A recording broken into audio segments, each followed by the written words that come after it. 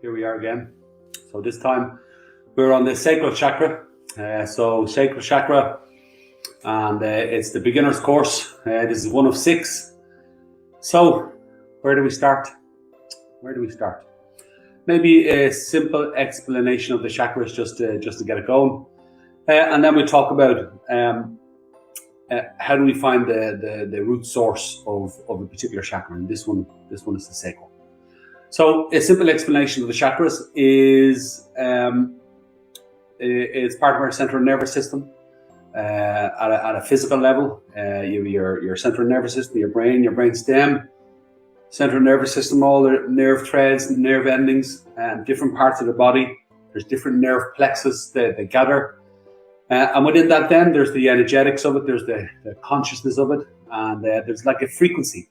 So it's our way of attuning to the frequencies of life and attuning to the truths of them. So each chakra holds a personal truth and a universal truth. So the root chakra, it's all about the present moment. You're rooting your physical body, your energetic body, your mental body, is you're bringing yourself into the moment itself. So the question for the root chakra is, who are you when you're continuously present? That's your truth, that's your authentic self. And then the more you come into the moment, is you find that more and more of your authenticity comes into the moment, is you move from that awakening of being I'm in the moment to the realization that I am the moment itself. So that's the personal and then the universal. So the sacral chakra has a truth as well. And it's all about life force. So if I was to ask you a question, who are you when you're continuously present and most alive in yourself? Is that life force, is the tuning to that life force, who's that? Who is that? And that's your personal truth. And the more and more you come into the life force and the being of your life force, is again, you'll have a realization that you're not just alive, but you're life itself. And I know that might seem maybe a little trite. Yeah, of course, we all know that. That's true. But then imagine having a direct experience of the totality of life, the fullness of it, is coming into the experience of your own life force, but then coming into the experience of just life force as a universal experience. It's a profoundly different experience, so to speak, quality of the experience. So, how do we do this? How do we tap into that state? How do we tap into our life force? And how do we tap into the source of it? If you think of it like a river has a source, that moment when it comes out of the ground, that moment, where is that in us? Where's that moment of our life force, the spring of our life force, so to speak? Good question. If I say it to you this way, is what's the first thing we all feel? And what's the baseline of everything we feel in this life? So the first thing we feel is life itself, is being alive, aliveness. And then through that aliveness, through that life force, we then experience everything else in life. So the baseline of all the experiences in our body, all the sensations in our body, is life force itself, is that feeling of life force. And ultimately it's a baseline of feeling, is the ability to just feel for its own sake. Not feeling happy or not feeling sad or not feeling this or not feeling that, is we're just in a state of feeling ourselves. And when we come back into that state of feeling, is we're starting to come into our life force. It's a very simple example of it. Maybe before I give you the example, is think of a question. When are you not alive? You're always alive. Okay. When are you not feeling your life force? You're never not feeling your life force. When are you aware of that? You may not be aware of it very much. But the fact is you're alive, your life force is there, you're always connected to it. So in what way are you always connected to it, whether you realize it or not? So now you understand the reason, the example I'm going to give is, and it's a simple one. Think about all the little things you do through your day that give you a little pep. All the little rituals that you do through the day that that give you a little pep in your day, that heightens your senses, gives you a little a nice feeling, something that feels good. Well, maybe something that doesn't necessarily feel good, but still gives you a little pep. Some people like to be cranky. It lifts their spirits. It gives them that sense of aliveness. So think about those things in your day that you do that give you that sense of aliveness, that lift you a little bit. And what's happening in that is that our attachment to that thing. It might be your first cup of tea in the morning. It could be you coming home on the bus and just sitting back and just relaxing. Little things, but that they just give us that little lift. And what's happening is our attachment to that thing, it lifts all our senses. It activates our senses and heightens them. What would happen if we just heightened our senses and just heightened our senses in our state of feeling ourselves, in our aliveness, in our consciousness, is we would begin to tap into our life force itself. It's a very direct way of doing it. It's a very simple way of doing it, and it's very effective because if you're able to retain that root experience, you would stay engaged in your life force. Part of the challenge is the getting caught up in the attachments.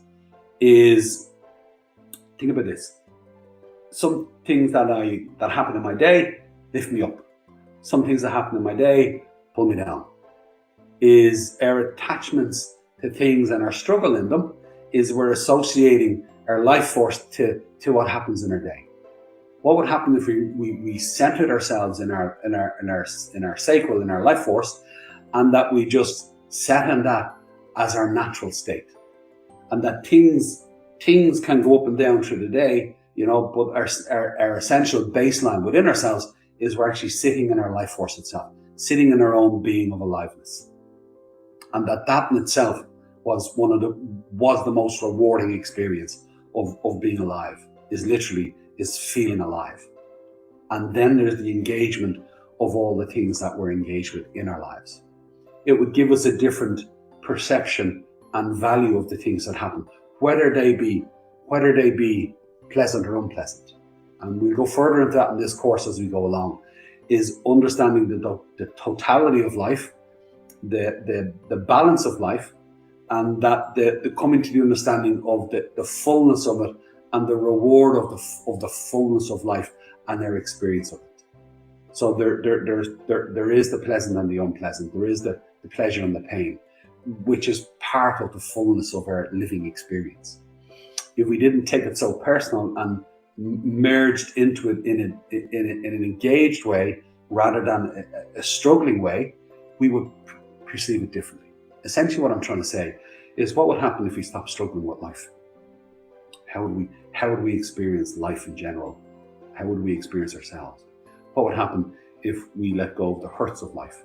How would we experience our life force? How would we experience life? How would we experience ourselves in life?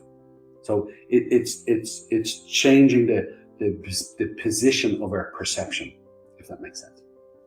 So let's go a little further.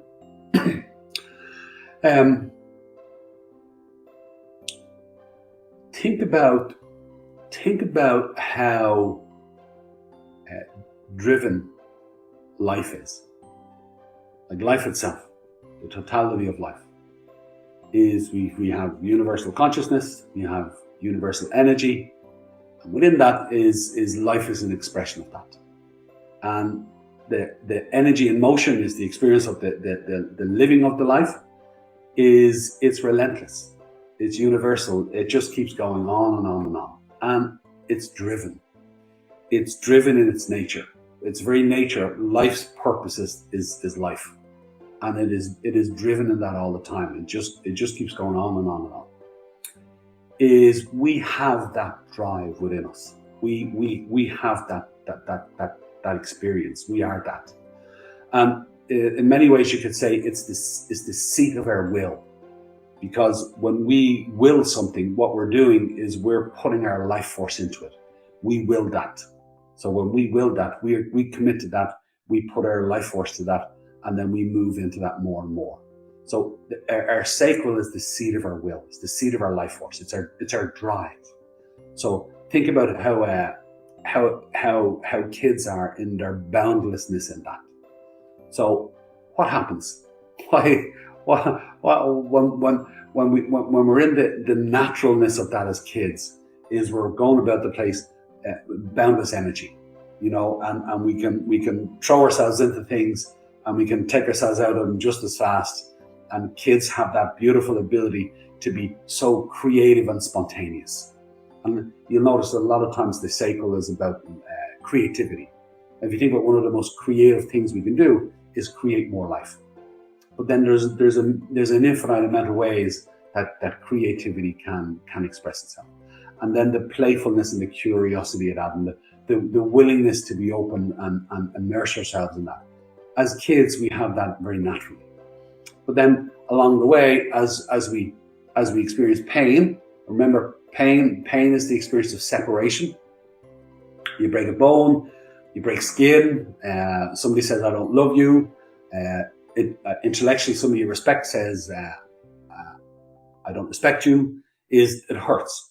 So when we experience the hurt in our life force, is we begin to separate or feel separated from it. And then if that hurt is too much, is then we start to struggle. Now we're in the fight or flight, and then we're in a state of suffering. So when we're suffering in our life force, it can move very, very quickly from a state of living to a state of survival. So if we're in that state of survival, it's very difficult to be, or more difficult to be creative, or openly creative, or upliftingly creative. If we're in a state of survival and we're being creative, and that is we may create a situation where we perpetually see ourselves living in that state of survival. So our life force, we can attach it to things that perpetuate more suffering and more hurt. But equally, we have a truth story.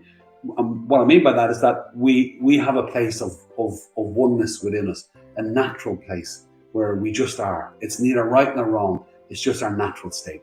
It's our place where we're just authentically ourselves and authentically in things. So we can channel our creative force, our life force, through that space too. And then we'd be channeling it into our truth story. We'd be living the truth of our experience. What I mean by that, and I always give this simple example, is about happiness and sadness, just because it's very simple. Is we can be living in the life force, living the experience of happiness and then of sadness. And if we're struggling in it, is we can be trying to force ourselves to be happy. We're in a state of happiness, but yet we're struggling with it. We're trying to control it. When we're in our sadness and we're struggling with it, is we're in our sadness, but yet we're fighting with it. We're trying to control it at the same time. And we're hurt in both. Is we feel disconnected in both while we're still feeling it. And the attachments to that struggle can mar the experience. Where when we come into the authenticity of it, is that when we begin to treat both our happiness and our sadness equally, as in the same form, they both want their attention. They both want to be felt. We all want to be understood and felt. So that when we give that same attention and hold that space for ourselves, we can begin to experience our happiness and see the hurt in it, see the hurt story, and let go of the suffering. We can see the truth of it, so that we can be just authentically in our happiness. Equally in our sadness, as we hold that space to see and understand ourselves, is we can begin to see the story, and there's the hurt story in the sadness, and there's the truth story. As we understand the hurt story, we can let it go, and we can just be in the truth story of our sadness. Sometimes we're just authentically sad. It's just part of our human experience. And that the balance of those opposites is the ability to move fluidly through them authentically. And we're holding the center line with both. And that it's just two sides of the one coin. And it's just part of the duality of our human nature is that we can be happy, we can be sad. We can be positive, we can be negative. They're tendencies within us. But the more we hold them in our center, is we have the freedom to be both. It's not like we're never going to be sad again, and we're not going to allow ourselves to be sad ever again, because we're only just going to be happy, and then we're going to be constantly in that permanent happy, happiness, and that's the way it is. That never works. It never works because in our humanity is on the scale of it, we're both. In the seesaw effect, we're both. If we wanted to find permanent joy, it's in our ability to be both authentically. Because when we're authentically in both, it's always lifted. Our experience is lifted. We're not less, we're more. And in that, we can experience a permanent joy, a peace within both. So that when I'm sad, nothing, the rest of me doesn't have to leave the room, so to speak.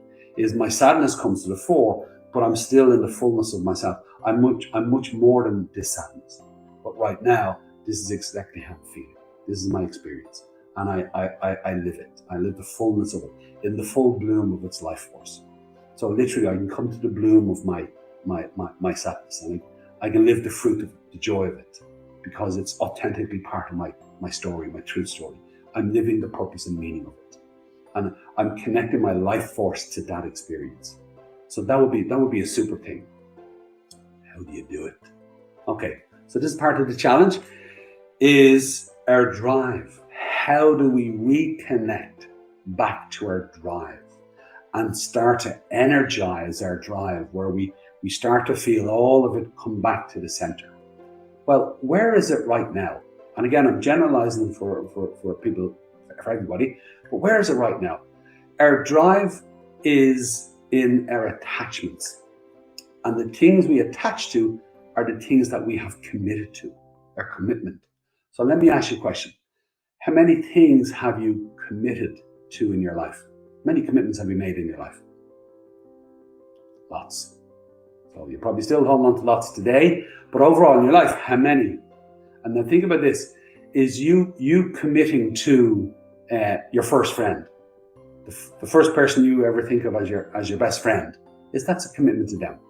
Even as a child, you may not realize that's what you were doing, but you realizing that they're your best friend, there's that energetic commitment to it. There's an attachment to it. So think about all those commitments. Now think about what happens to our drive when we have 100 commitments going in 100 different directions. And some are competing with each other or fighting with each other. Is you can see how our natural drive within gets to be depleted. It just feels like it's getting less and less. So the more that goes on, the harder and harder it is to make a commitment and stick to it, because we're depleted. It's just all out. We're empty, so to speak. And when that happens, is rather than finding that drive and that life force from inside of us, what we do is we look for it outside of us. So what we look for is motivation. So rather than being driven from within, is we're driven by motivation from without. So we need to find something to motivate us. So we go, I want that. I'm going to commit to that. And then I'm going to move towards that. And then we have to keep motivating ourselves from the outside, rather than being driven from the inside. So within that motivation, the more tired we get, is the bigger the motivation has to become. And then the bigger the motivation has to become, at some point, the motivation can become self-defeating. The goal in front of us becomes so large that we just get defeated by it. And then we give up. And that's what happens, is people can find themselves not able to tap into the drive within, not able to find the motivation without, and they just give up. And then we can find ourselves living in this mid-ground of survival, where we're neither fully living and we're just trying to survive, and we're just trying to get on with life, and trying to find the middle road of not making too many more commitments, because we're already overladen with what we got. So that can be the trap. And that's where a lot of people can find themselves at certain points in their lives. And then that hits a crisis point, because life keeps rolling on. Is if you're out of drive and you're out of commitment and you're in survival mode, and then the next wave of whatever's happening in life comes, and we got to roll with it, is we could find ourselves short. Is we can find ourselves in a situation where we're not able to sustain everything that around our lives that are there, and we're not able to deal with the next turn of the wheel of life, so to speak. And that can create a crash. That creates a crisis, because the commitments that we were holding on to start falling apart because of our inability to sustain them. And again, that can have a crashing effect. So that's, I think there's probably just about everybody in life can relate to that at some point or points in their life where that can happen. And then there's a reset. So now think about this, is rather than doing the reset from a crisis point, what would happen if we did it consciously? We did it willingly, but without having to go through crisis, without having to go through another life cycle of hurt and suffering to figure it out. How do you do that? Okay, well, think about this. Get a sense of all your commitments. And think about this as all the commitments that you have today. Then there's all the commitments that you might be putting into tomorrow. So all the commitments from yesterday and all your past, all the way back. Is what would happen if you called all your commitments back to the one place? Not that you disconnected from the commitments, but what you did was you called your drive back from them. Because what happens is that sometimes we forget, or we don't even realize that we've put it in things and we forget to call it back. I'll give you an example. When somebody is a smoker and smoking becomes an empty habit, and what I mean by that is that they don't want to smoke anymore. Is actually they find it disgusting, but they keep smoking. And there's no more reasons to smoke. They fully understand that it's not good for them and they don't want to smoke. And there's no more rewards in it. There's no more value in it for them. Is that they would give it up in a heartbeat, but yet they don't. Because the one thing they have forgotten to take out of it is their life force, their attachment.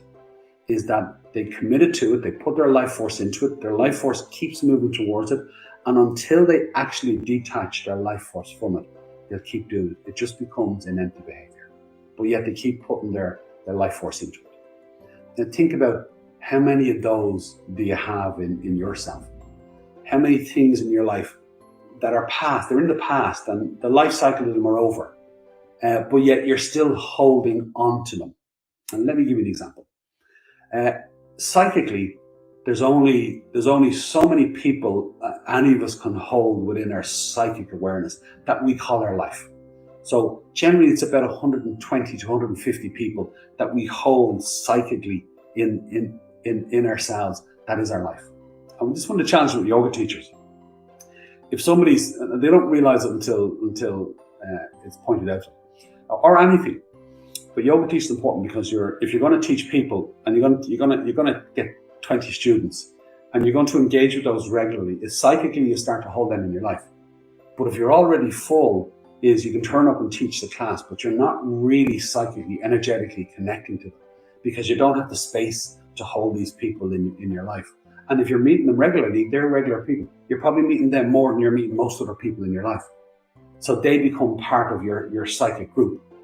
But if you haven't created the space, if you're holding a lot of people there already, you won't have the psychic space, the energetic space to actually facilitate. And people will feel that. They will feel that you're not doing that. So your commitment to them isn't the same as somebody who's saying, you're now part of my life. I am now holding you as part of my life. People intuitively feel the difference of that. And that's a real challenge for some teachers. They're doing everything right, but they're not doing that. So then the question is that who are the people that you're holding on to that are not part of your life? You might not have seen them for 20 years. They're not part of your life anymore, but yet you're still energetically connected to them. You're still putting your life force into that connection. Now that's just people. Now there's also places, there's also things, experiences that happen that I'm not saying forget them, but psychically, energetically staying connected to them is you're putting your life force into them, and for what? What's the reason to continue doing that? What would happen if you called it back? What would happen if you called your drive back, and all it is an intention to call it back? You'd start to notice that you'd get this feeling of aliveness coming back into you. You'd start to feel that your drive is coming back. Now the commitments that you want to hold on to and maintain, you're not disconnecting from the commitment. What you're doing though is that you're drawing your life force that you committed to it back into yourself. So you're holding it in yourself so that you're engaging from that place rather than getting caught up in the attachment. And we'll talk about that later. But think about this. Imagine calling all your commitments back into yourself and calling all your life force within that back into yourself and beginning to reconnect into your drive again, your natural drive. You did that, you sat with it, you sat with it, you sat with it. Is after a while, you'd begin to feel something. And that thing you'd begin to feel is, I want to do something. I'm ready to do something. I feel like I want to do something. And what's happening is you're coming back into your life force and centering yourself in the seat of your will. Is you're centering yourself in your sacral chakra. And you're starting to feel that drive, that drive for life. And that's a wonderful thing and very powerful thing to do at a conscious level. Because what you're doing is you're beginning to consciously take control of your life force and the things that you put it into. So now, as you center yourself back in it, the question is, what are the commitments that you're going to maintain, sustain, and fully put your life force into them? So rather than having 100, is how many of those can you clear out? How many of those can you clear out? What are your core values? What are the things that are most important to you? And get those really clear in yourself. And they're the things you commit to. They're the things you put your life force into. Now, rather than putting a slither of your life force into it, is what would happen if you brought your drive with you all the time. You brought your full drive with you. So that anything that you're committing to, when you engage in that, you turn up to that room to do that work, or you're living in that house in those relationships, everything that you call your life, the most important things, that the full you turned up, the full commitment turned up. You brought your full life force with you, and that you had your drive with you, you had your creativity with you, and you're living the fullness of those experiences. That's where it gets very, very powerful as an experience in yourself, because you're going to start to find more and more of yourself is feeling alive and radiant. And you're moving away from the survival of life, and you're moving into the living of life. It's like with the present moment on the ground. Rather than being ungrounded and struggling, you're grounded and constant. Is rather than being ungrounded and surviving, you're grounded and you're now living. You've found the baseline of your life force, and you've found your baseline of how to keep your life force constant. Very powerful. And then you're in the fullness of your own life force, filling your life. More and more of yourself is coming into that space, and it's beginning to radiate. And you're radiating. So now imagine feeling happy, now radiate happiness. Imagine feeling sad and radiate the sadness. And the peace in it, the being of it, is it lifts. There's a beautiful lift in it. It makes us more rather than less. So very, very powerful. Very powerful. And that's tapping into that. So how do you do it? Going to back to the same thing, is how do you activate your senses? How do you just heighten your senses? And in that moment of heightening your senses is you're taking hold of your life force. I'll say it this way, and along the way I'll tell you this story of I'll use the sex metaphor in one of the sessions, and the reason being is because it takes us all the way through the engagement of the life force. Is we just take the sex out of it. But let's give a simple example. What's it like when you get turned on? What happens to all your senses? Bing! Immediately we can feel all our senses heightened. Okay, now take the sex out of it. Now you're just in that heightened state of awareness. It's like you've consciously taken hold of your life force, and you can feel it through all your senses. Your sense of touch is heightened, your vision is heightened, your hearing is heightened, your smell, your taste, your sense of presence is heightened as well, your sixth sense. So you feel all your senses heightened. Now imagine just heightening them for a little bit and getting used to holding them at that level. Now you're opening out, you're limbering out. In the sex and that metaphor, it'll be the foreplay. It'll be the opening out of the energy. If it was in a yoga practice, it's the limbering. Is you've activated all your senses. Now you're beginning to open them out. You're beginning to transmute them, if that makes sense. So now, what happens when you're able to channel that life force into all the things that are most important to you in your life? Is now you're beginning to take control of your life force, and you begin to channel it into the things that are most important. And then you're bringing the the fullness of the experience with you. So it's very, very, very powerful. It's very beautiful. What you're doing is that you're beginning to layer your life force into all the different aspects of yourself. So you would do it at a physical level.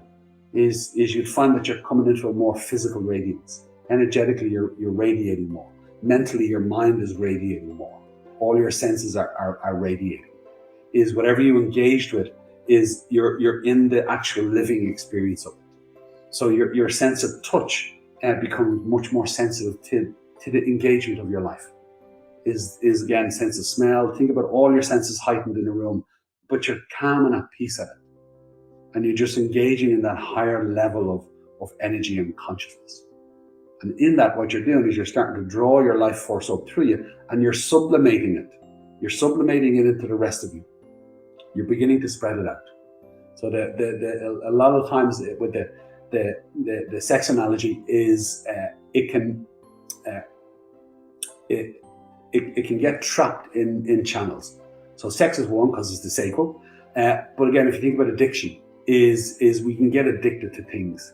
So what happens is that our life force attaches to something, and then we lose control on that. Is that we were so driven towards that thing, that we're so addicted to that thing that we just keep doing it, and that we feed off. We're gorging on that thing. We get addicted to it, and it could be anything: drugs, gambling. I know there's all the common ones. But somebody could be addicted to the gym. Somebody could be addicted to eating apples. There's no limit on. There's all the ones we normally recognize, but there's no limit to the thing that we can do excessively. So now, when we come into our life force and we come into the balance of it, is it's our ability to hold that higher energy and then to be able to control it, rather than it controlling us. And this is the part of the challenge. This is how do you do that? This is how you do that. Is how you master something, anything at all, is when you do it for its own sake. So if you're looking to experience joy and to fully understand joy, is then it's to be in that state of joy, and that the state of joy is its own reward. Because if I am only joyous when it's a sunny day, that condition that I've put on it means that when it's not a sunny day, I won't be joyous. So if I put any conditions on my joy, is those conditions limit my ability to master it.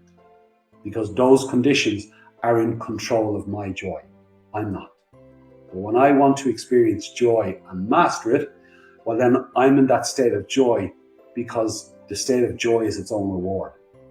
That it's not based on conditions. So therefore, I can be in that state of joy at will. I can bring it with me everywhere, because I'm in that state of joy. It's not based on one or two conditions or multiple conditions. So that's how you master anything. So now, this is the challenge. You're sitting. You're drawing all your life force back. You're starting to feel, I want to do something. Because that's what it does. It's like a kid. Try and ask a kid to just sit and be still.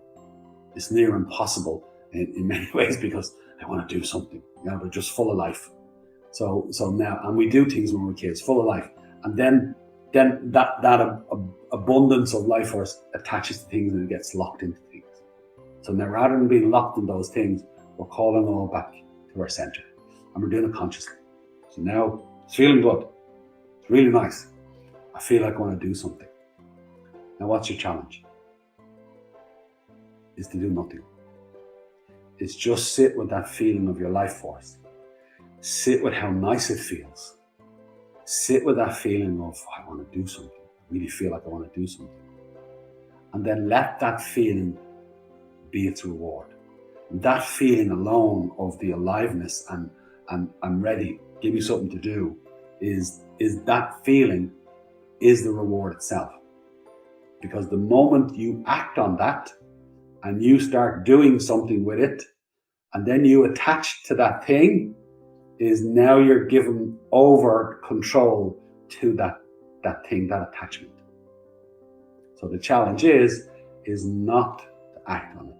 It's just to sit with it and be with it and be in the being of it. And that the being of it is its own reward. And the more you can engage in that, is then you can bring that with you, and you can bring it into this room of your life and just sit in that radiance of life yourself, that beautiful sense of your own life force. Can you do it with those people? Can you do it in these situations and just sit with that experience itself? Can you do it in your body? Can you breathe into it? Can you do it in your mind? Can you do it in all the states of your mind? Just hold that radiant life force. It's beautiful. And within that is how do you use it after that? What's a good way to discipline yourself after that? You're holding yourself in the present moment. You're activating your life force, and then in that is you wanna also let life come to you. You wanna let your experiences of life come to you. So in your body is you're not searching for sensations. You're just allowing the experience of the body to come to you. The experience of the breath, the emotional body come to you. Is the experience of your thoughts and your mind. Is you're all letting it just come to your center, where you're consciously present and in your life force. Remember, we all want to be seen and we all want to be felt. So now we're holding a place within ourselves where we see ourselves and we feel ourselves. So all of us wants to feel, no matter what mood you're in or what thought it is or whatever is going on in your life, is that aspect of yourself wants to feel alive, wants your life force. Okay, so now rather than it controlling it, is you control it. So therefore you're holding your center, whether it's physical, and again, be in postures, you're holding your life force, you're rooted down, you're rising up, you're opening up your physical space, you're extending out. So you've got your stability, your mobility, and your flexibility. You're meeting the edges, you're holding your physical body open, you're in your power and your radiance of it, and then you just hold that. And what you don't do is end game and start giving things away. So if you end game, you give your ground away, you lose your ground. You give your space away, you start compressing the joints. So now you're losing your mobility and you're collapsing in your flexibility. So now you're collapsing in your body, and your life force, if it attached to that, your life force is going to go down rather than up. And what I mean by that is a person can bounce themselves off the walls in a yoga session. You can throw yourself off all the walls, do all these crazy postures. You'll release a lot of energy. You'll shake it all up. You'll release a lot of energy. But if you bounce yourself off the walls, is that all that energy that you've released now has to go into healing. Your body has to heal because you've beaten up and down the yoga mat. As opposed to if you hold your stability and then your mobility, your flexibility, you're holding your body open to its limit, but it's within its strength. Now you're holding the energy of what it takes to be truly strong, to truly be flexible, truly keep your body open and be in its full vitality and radiance. Now allow the energy to rise through you. You become a channel. So you're channeling rather than collapsing. So now what you're doing is you're bringing your life force up. So how do you change from, and this is a simple metaphor, how do you change from having a 10 volt battery to a 50 volt battery in yourself? How do you change? How do you raise your energy level up and then sustain it? And think about your body like a channel. You're literally, your body is a channel. You breathe in, you channel the breath, the food goes in, light goes in, sensations come in, they all come in, they all come out. It's like a channel. Is our ability to channel. So you've got your breath flowing in, is within that you also have your life force, your prana. So that you can have two people breathe the same amount of breath. Literally, they're breathing the same capacity of breath, but the quality of one breath compared to another can be very different. So if a person has their muscles in alignment and engaged in a vital tone, and the joints are open in their vital mobility, and in your fascia, your connective tissue it's got its vital stability, and that all the systems and functions in your body are free to move, and energy can move freely through them, is you've cleared out all your channels. And ultimately, you're looking to clear out your central channel. And then your life force moves freely through your central channel and then layers out into all the other layers of your body. Equally no different in your emotional body, all the emotional states, all the mental states, so that the channels moving very clear, and that they're moving very clear in energy, and the quality of the energy moving through it is higher. So you can be breathing in the same breath as somebody else, but the quality with which you're doing it is you're breathing a 10-volt battery, or you can be breathing a 50-volt battery. And that all has to do with your ability to center yourself in the seat of your will, is to come and root yourself into your sacral chakra, into your life force, and then move in that experience of your life force itself. And you're in the spontaneity of that, you're in the creativity of that. So look at the body here. Is the body has an infinite amount of positions it can move in. Think about space. Is when you I say this, life reports a vacuum. I've been saying this in a number of videos lately. Life reports a vacuum, which basically means that when space opens up, life flows in. So look at the atmosphere of our planet. Is you've got gravity drawing us down towards the Earth, but then there's a natural rebound effect that is lighter and lifts us back up, and then that space it creates is the atmosphere of the planet.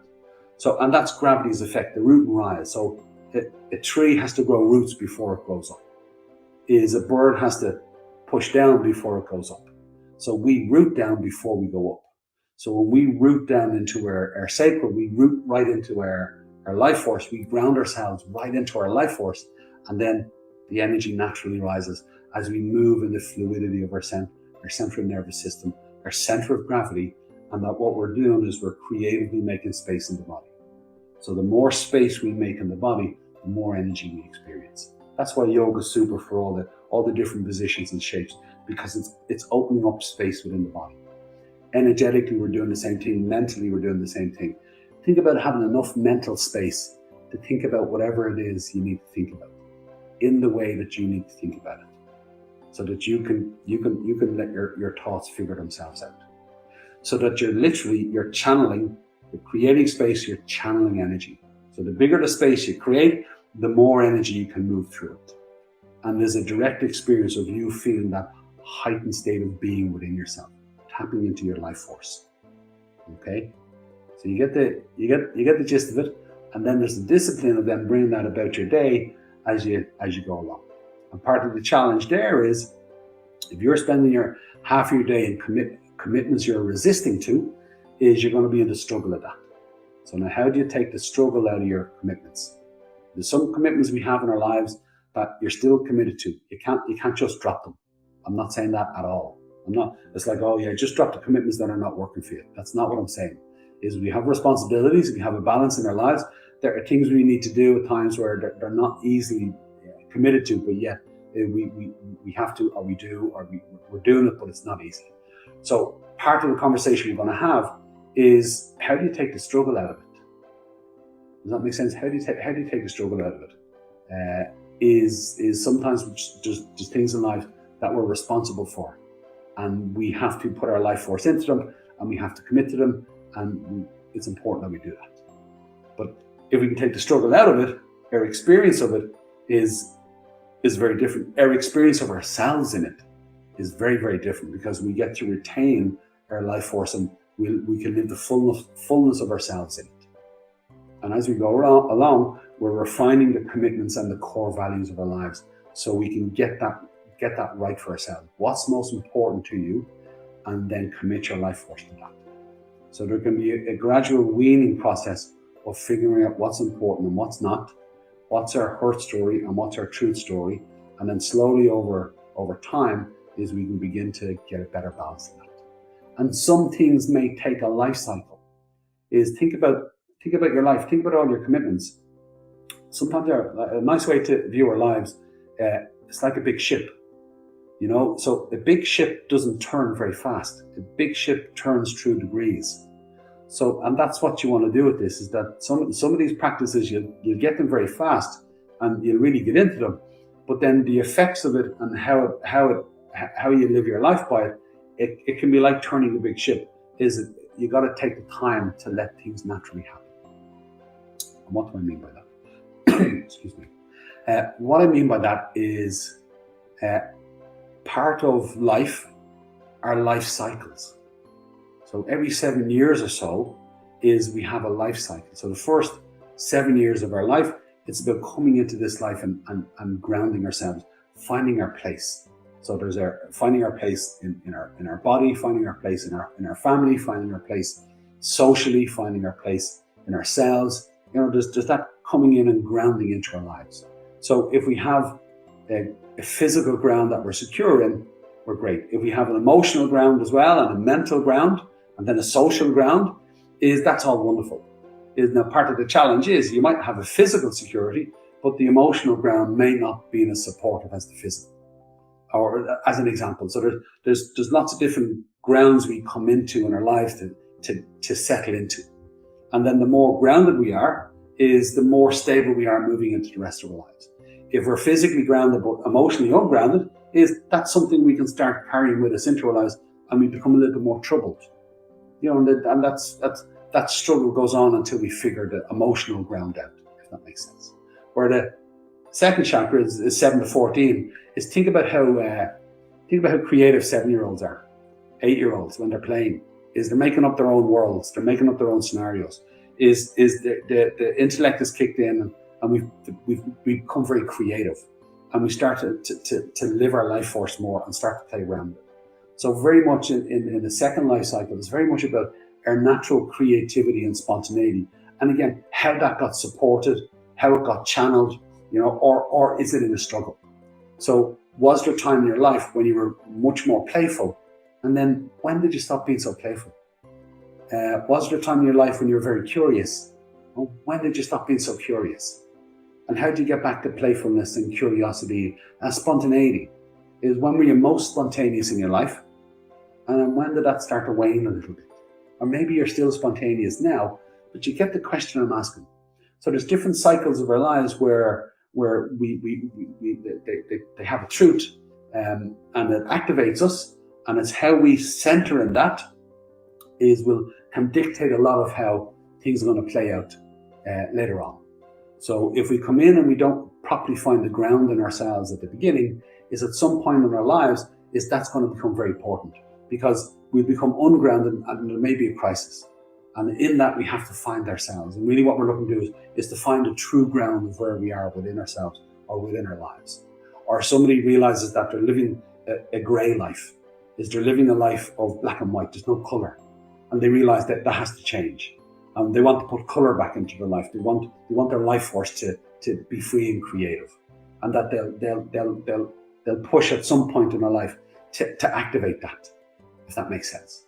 So think about the creativity, think about your life force, and then think about how you center yourself in that, and just start to consciously begin to feel your own life force, feel the drive of it, and just enjoy that experience for its own sake. And the more we settle into that, is then start to look at the other qualities that you start to feel in it. You get a bit more curious. You get a bit more playful, you get a bit more spontaneous. So what would happen if you just took one of them, let's say spontaneity, and say, what I'm going to be now is I'm going to be a little bit more spontaneous. I'm not going to think, I'm just going to be. I'm just going to let a little bit of spontaneity come out of it. And whatever way you think that's going to work best for you, is that you start bringing a bit more of your spontaneous self into different rooms of your life. And you just start to bring that playfulness back. You just start to bring your life force and just start to share it with your life a little bit more. And again, there can be some rooms where that won't be so easy, and there's other rooms where it'll be practically welcomed at the door. So again, do it on the rooms where it's welcomed at the door. The rooms that might be more difficult, hold off on those. Don't do it in those rooms that it'll be more challenging.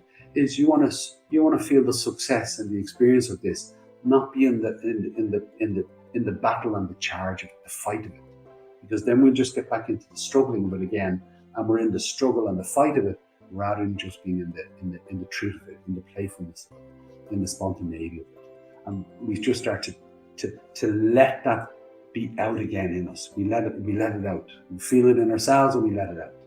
And then we let our drive be in the playfulness of it first. So it's not so serious and heavy in the sense of, what are the things that are most important to you? That is important, but if you think about the circle, and right in the center is the bullseye, and then you've got the peripherals all the way to the edges, is think about something works. I always use fear as the example. Okay, I'll use fear. Fear works in a particular way. There's a particular way that fear works. And that when you feel low-level fear, it still works that way. When you feel fear that's high, like your biggest fears, it's the same fear working exactly the way it normally works.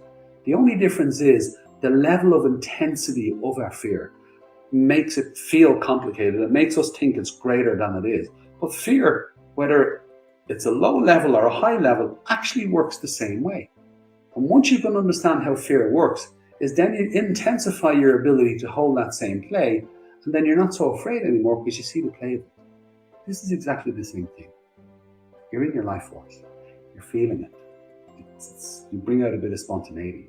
It's like you're just playing with the edges. You're just getting used to being in your life force and being spontaneous in it. Don't be going for those areas of your life where it's most important, or the bullseye where it's the toughest.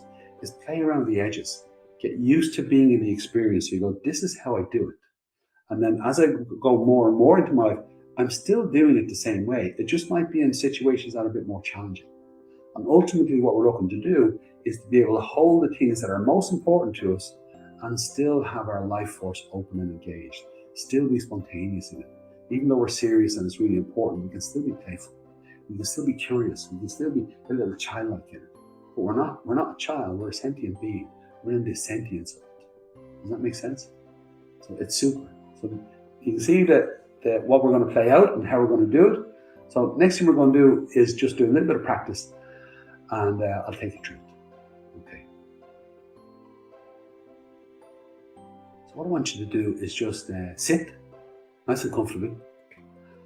I need you to be able to sit straight in your spine. So nice level pelvis, legs are comfortable, arms are comfortable, spine is free to release from the back of the pelvis. If you're going to use support, use the support to keep the pelvis stable rather than leaning into it. Please don't lean into something, because then you're leaning out of your body. I need your spine to be free. I want you to be able to breathe nice and easy. And then once you're comfortable, just allow your eyes to close. And just do a quick scan of your body, and then make any adjustments, anything that you need to do to allow yourself to be comfortable. And then what I want you to do is very gently begin to sway.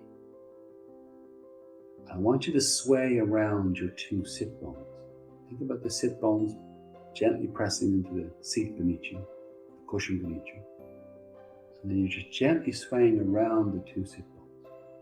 Very soothing for the body. Now it will help you engage the trunk, but then you're fluidly in it, where you feel this lovely sway of tone and then release. It's just very, very soothing. And then I want you to breathe. I want you to breathe a little slower, a little deeper. Just feel a bit of movement in your navel, your rib cage, and your upper chest. Just feel your navel, your rib cage, and your upper chest, your intercostal muscle, and your rib cage. Don't worry about the depth of your breath. Just that you're feeling a little bit in all those three areas. And what I want you to do is begin to breathe at the pace you're swaying. You'll notice as you sway from side to side, it's like a pendulum. And as you inhale and you exhale, it's like a pendulum. Just get a sense of the motion of both. They don't have to be perfectly timed. It's just the motion of both. And the motion of both are working together. It's very, very soothing. It creates a natural tone and then a release in the muscles. And that tone supports the space between the hip and the rib cage. You might find your lower spine getting a little longer. Just a subtle lengthening. Spend a little bit more now as you breathe into your intercostal muscles. And as you breathe into your intercostal muscles, the rib cage is going to expand, and it will subtly float up. So it will support that lengthening in your spine. As you breathe your upper chest, your collarbones and your shoulder blades come away from your ears. You get that lovely spacing across the back of the neck and shoulders, so it allows you to lengthen from the base of the neck to the base of the skull. And your hands are in a position that allow the arms to just relax without pulling at the shoulders. You get this lovely floating up through the top of your skull, where the skull is in line with the rib cage. The rib cage is in line with the pelvis. So your skull becomes level. And then you're breathing. What I want you to do is now breathe just a little slower. And a nice way to describe it, I want you to glide in your breath. Glide on the inhale, glide on the exhale. Glide at the beginning, the middle and the end of each breath. The beginning, the middle and the end of each breath. And you'll notice at the end of each breath there's a moment of pause, and then you transition to the next breath. I want you to glide through the pause too. And notice how that gives you a lovely, lovely deep tone and release in your body. And then what I want you to do is think about the tone you're feeling in your body. And as you breathe, think about your lungs are a pair of muscles. Your lungs are muscles. And what I want you to do is have the muscles of your lungs mirror the tone of your body. So have the tone of your lungs, the muscles of your lungs mirror the tone of your body that you feel. Use your intuition. But that's going to make you probably breathe a little slower and a little deeper. And you get to feel that integral tone and inner body. You're breathing your center of gravity, and you're breathing the inner body of your center of gravity.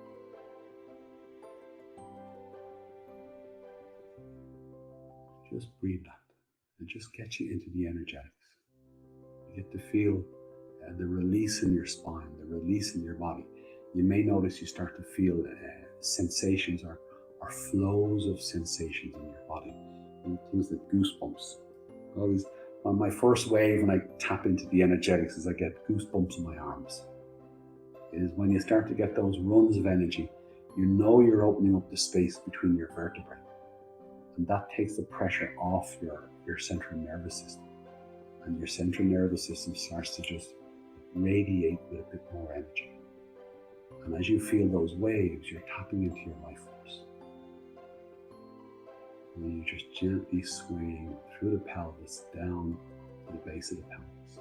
And swaying around the sit bones. When you feel those waves, I want you to breathe into them.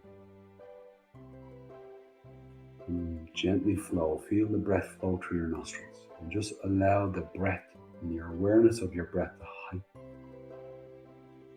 The awareness of your touch is heightened. And even with your eyes closed, notice how you can begin to see colors in the back of your eyelids. That your vision is heightened. Even your sense of smell, your sense of taste.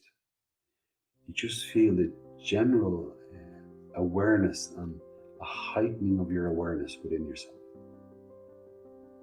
Notice how nice it feels. And just let yourself follow that nice feeling, because that nice feeling is your life force and that heightened state. You're heightening your senses, and in that heightens your consciousness and your energy. It's really, really simple. And just allow yourself to just keep swaying and breathing. Again, you might notice different runs of energy. I've got a lot of energy running through my scalp and down my back of my heart center, around my rib cage, and through my pelvis and groin. Lots of energy in my solar plexus. Just different flows of energy through my spine.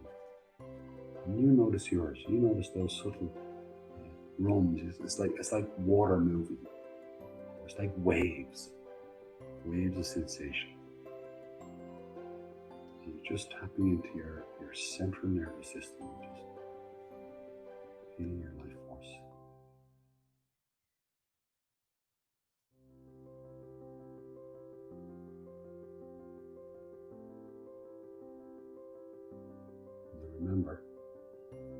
just feeling your life force, and it's its own reward. It's not what you use it for. Mindful that you're just sitting with this. And even when you finish this practice, be mindful about what you do afterwards. Just sit with this. Bring it with you as you go through your day. You can do lots of micro practices where you can just sit and breathe, just tap into this, just feel it for its own sake. And it'll take you 30 seconds just to connect into it.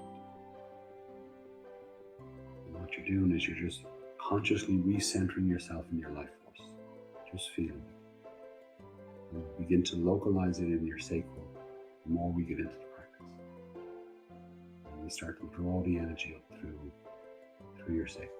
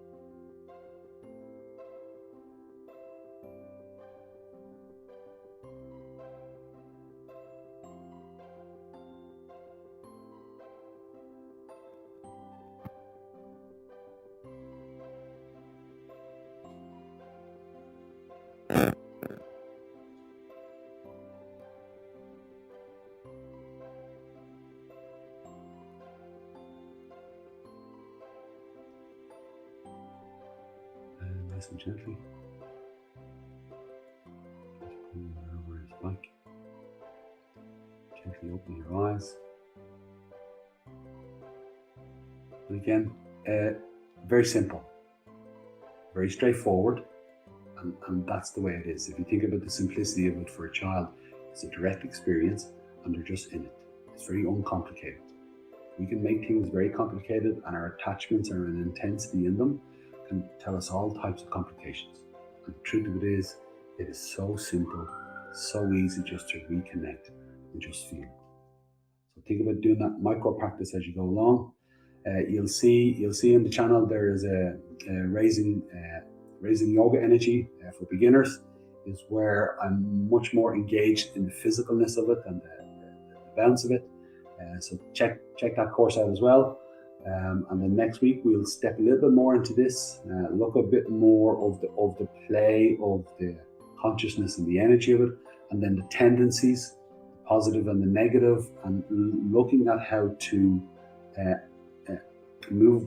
recognize the hurt story, but then move into the truth story, and working the clarity of that into our sacral, working it into our life force, and just going into a deeper understanding of consciously understanding what we're doing, and then consciously raising energy through it as we do. And then there will be simple practices along. For now, thank you very much, and see you next time.